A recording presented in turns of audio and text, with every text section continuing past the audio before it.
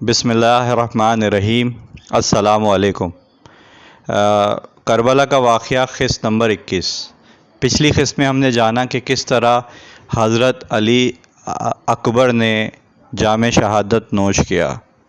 آئیے سلسلے کی کڑی کو دوبارہ وہیں سے جوڑتے ہیں۔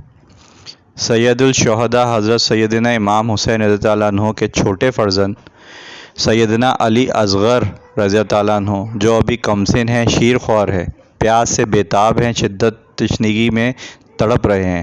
دشمن اسلام یزیدیوں نے میدان کربلا میں نہر فرات کا پانی 7 محرم سے بند کر رکھا ہے۔ بھوک پیاس سے ماں کے سینے میں دودھ خشک ہو چکا ہے اور خیمے میں کہیں بھی پانی کا نام و نشان موجود نہیں ہے۔ ایسے عالم میں اس ننھے بچے کی خوش زبان کبھی باہر آتی اور کبھی بے چینی سے پورا بدن ہلنے لگتا اور غش کھا کر بے ہوش ہو جاتے۔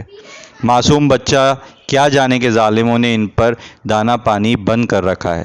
جب اس ننھے بچے کی بےتابی حد سے بڑھ گئی تو حضرت رباب بنت عمرو القیس باہر آئے، بچے کو گود میں لیا، حضرت امام حسین رضی اللہ عنہ کی خدمت میں حاضر ہوئے اور عرض کیا، میرے سرتاج، اب علی اصغر کی پیاس اور بےتابی دیکھی نہیں جاتی، اس کو گود میں لے کر جائیں اور ظالموں کو دکھائیں، شاید ان سنگ دلوں کو اس بچے کی پیاس بےتابی پر ترس آ جائے اور پانی کے چند گھونٹ کو پلا دیں۔ یہ ننھی سی جان 6 مہینے کا علی اصغر نہ جنگ کے لائق ہے اور نہ میدان میں جانے کے۔ حضرت امام حسین رضی اللہ عنہ اس ننھے سے نور نظر کو سینے سے لگا کر سیاہ دل دشمنوں کے سامنے تشریف لے گئے اور فرمایا، اے میرے نانا جان کا کلمہ پڑھنے والوں، میں نے اپنا تمام کنبہ اور خاندان و احباب تمہاری بے رحمی اور بے وفائی کی نظر کر دیا ہے۔ اب بھی اگر آتش بغض و آنا جوش میں ہے تو اس کے لیے میں موجود ہوں۔ یہ میرا بچہ علی اصغر شیر خوار ہے، پیاس سے دم توڑ رہا ہے، اس کی بےتابی دیکھو، کچھ شرم کرو، کچھ لحاظ کرو، یہ کہہ کر ایک گھونٹ پانی دے دو تاکہ میں اس کو پلا سکوں۔ حضرت امام علی مقام کی اس تقریر کا ظالمانہ سنگ دل پر کوئی اثر نہ ہوا۔ اس بے جان بچے کو ان کو ذرا بھی رحم نہ آیا۔ بجائے پانی کی دینے کے ایک بدبخت ازلی حرملہ بن کاہل نے تیر کا ایسا نشانہ باندھ کر مارا کہ علی اصغر کے حلق کو چیرتا ہوا امام پاک کے بازو میں پیوست ہو گیا۔ حضرت امام حسین رضی اللہ عنہ نے تیر کھینچا تو حضرت علی اصغر کے گلے سے خون کا فوارہ جاری ہو گیا اور بچے نے تڑپ کر باپ کی گود میں جان دے دی۔ جب حضرت امام حسین رضی اللہ عنہ اس شگوفہ تمنا کو خیمے میں لائے اور ان کی والدہ نے اول نظر میں دیکھا کہ بچے کے جسم میں تابانہ حرکتیں نہیں، سکون کا عالم ہے، تو گمان کیا کہ شاید پانی پلا دیا ہوگا۔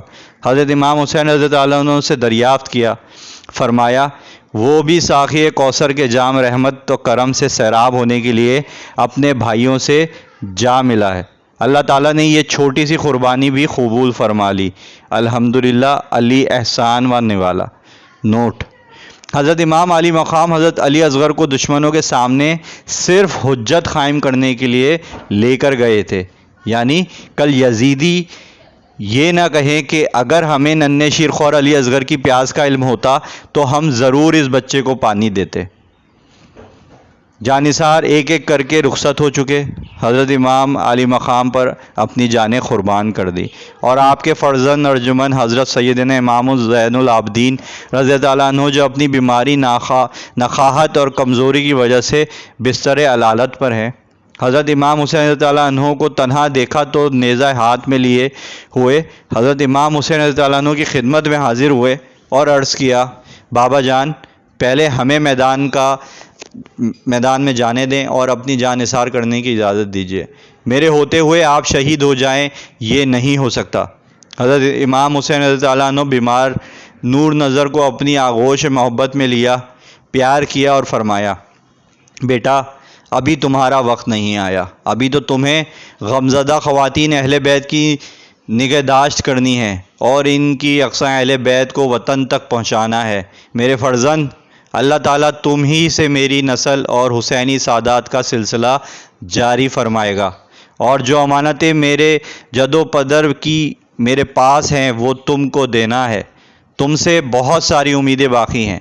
دیکھو میرے فرزند، میرے لخت جگر، صبر اور استقامت سے رہنا اور راہ حق پر آنے والی تکلیف و مصیبت کو خندہ پیشانی کے ساتھ برداشت کرنا، اور حالت میں اپنے نانا جان صلی اللہ علیہ وآلہ وسلم کی شریعت اور سنت کی پابندی کرنا، اور جب بھی پہنچنا تو نانا جان سے میرا سلام کہنا اور سارا آنکھوں دیکھا حال سنانا۔ میرے بعد تم ہی میرے جانشین ہو، اس لیے تمہیں میدان میں نہیں جانے کی اجازت دے سکتا۔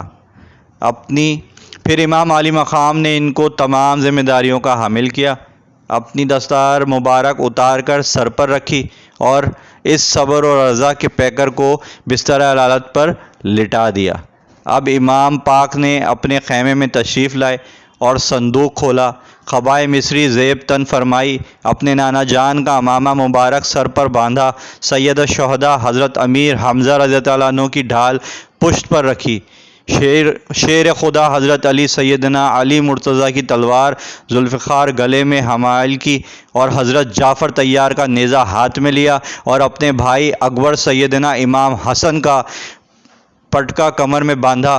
اس طرح شہیدوں کے آقا، جنت کے نوجوانوں کے سردار، سب کچھ راہ حق میں قربان کرنے کے بعد اپنی جان عزیز کا نذرانہ پیش کرنے کے لیے تیار ہو۔ حضرت امام پاک نے اہل بیت اطہار کو خدا کے سپرد فرمایا، سب کو صبر شکر کی تلقین کی، اور سب کو آخری دیدار دکھا کر آخری سلام کر کے گھوڑے پر سوار ہو۔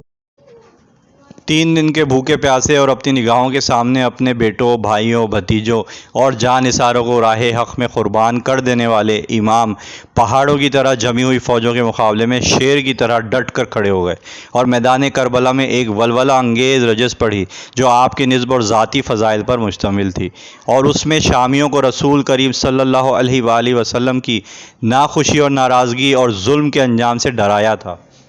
اس کے بعد آپ نے فصیح بلیغ تقریر فرمائی، اس میں آپ نے حمد و صلات کے بعد فرمایا، اے لوگوں، تم جس رسول کا کلمہ پڑھتے ہو اسی رسول کا ارشاد ہے کہ جس نے حسن و حسین سے دشمنی کی اور جس نے مجھ سے دشمنی کی اس نے اللہ تعالیٰ سے دشمنی کی، تو اے یزیدوں، اللہ تعالیٰ سے ڈرو اور میری دشمنی سے باز آؤ۔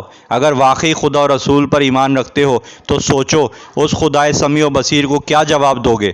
اپنے رسول کا گھر اجاڑنے والوں، اپنے انجام پر نظر کرو۔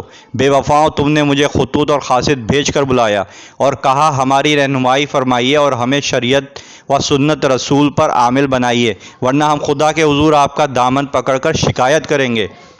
اس لیے میں چلا آیا، اور جب میں یہاں آ گیا تو تم نے میرے ساتھ برا سلوک کیا اور مظالم کی انتہا کر دی۔ ظالموں، تم نے میرے بیٹوں، بھائیوں اور بھتیجوں کو خاک میں تڑپایا، میرے رخفہ کو شہید کیا اور اب میرے خون کے پیاسے ہو۔ اے یزیدو، سوچو کہ میں کون ہوں، کس کا نواسا ہوں، میرے والد گرامی اور میری والدہ صاحبہ کون تھیں۔ بے غیرتوں، اب بھی وقت ہے، شرم سے کام لو اور میرے خون سے اپنے ہاتھ رنگ کر کے اپنی عاقبت برباد نہ کرو۔ اتنے میں یزیدی لشکر میں شور اٹھا اور کسی نے کہا، اے حسین، ہم کچھ سننا نہیں چاہتے، آپ کے لیے سیدھا راستہ یہ ہے کہ آپ یزید کی بیعت کر لیجئے یا پھر جنگ کے لیے تیار ہو جائیے۔ امام علی مقام نے فرمایا، اے بدبختو، مجھے خوب معلوم ہے کہ تمہارے دلوں پر مہر لگ چکی ہے اور تمہاری بغیرتی ایمان مردہ ہو چکا ہے۔ اے یزیدو، میں نے یہ تقریر صرف اتمام حجت کے لیے کی تھی تاکہ کل تم یہ نہ کہہ سکو کہ ہم نے حق اور امام برحق کو نہیں پہچانا تھا۔ الحمدللہ میں نے تمہارا یہ عذر ختم کر دیا۔ اب رہا یزید کی بیعت کا سوال تو یہ مجھ سے ہرگز نہیں ہو سکے گا۔ میں فاسق و فاجر کے سامنے سر نہیں جھکاؤں گا۔ قسط نمبر 21 کمپلیٹ ہوئی۔ اگر پچھلی قسط دیکھتی ہوں تو ڈسکرپشن اور پلے لسٹ میں موجود ہیں۔ ویڈیو میں اگر انداز بیان اچھا لگا ہو تو لائک ضرور کر دیں اور سبسکرائب کا بٹن بھی دبا دیں۔ اللہ حافظ۔